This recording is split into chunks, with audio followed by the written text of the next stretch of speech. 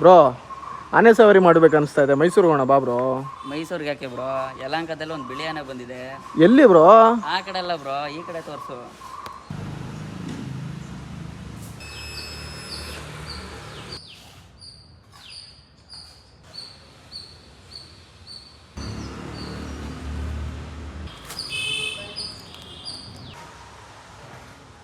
ಗಾಡಿ ಬಂದು 2024 ಮಾಡಲಾಗಿದೆ. ಸಿಂಗಲ್ ಓನರ್ ಬರುತ್ತೆ. ಗಾಡಿ ರನ್ ಆಗಿರೋದು ಎಷ್ಟು ಅನ್ಕೊಂತೀರಾ?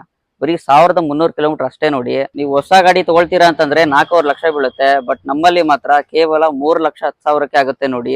ಹೊಸ ಗಾಡಿ ತಗೊಳ್ತೀನಿ ಅಂತನೋರ್ಗೆ ಬೆಸ್ಟ್ ಚಾಯ್ಸ್ ಇದೆ.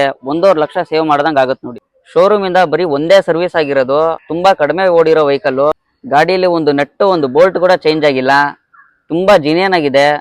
ಹೊಸ ಗಾಡಿ ತಗೊಂಡಾಗ ಏನ್ ಕಂಡೀಷನ್ ಇರುತ್ತೆ ಅದೇ ಕಂಡೀಷನ್ ಇದೆ. ಇನ್ನು ಡೀಟೇಲ್ಸ್ ಬೇಕು ಅಂದ್ರೆ ಮೇಲೆ ಕಾಣಿಸ್ತಾ ಇರೋ ನಂಬರ್ಗೆ ಮೆಸೇಜ್ ಮಾಡಿ. ನಮ್ಮ ಪೇಜ್ ನ ಫಾಲೋ ಮಾಡ್ಕೊಳ್ಳೋದು ಮರಿಬೇಡಿ. ಲೈಕ್ ಮಾಡಿ, ಶೇರ್ ಮಾಡಿ.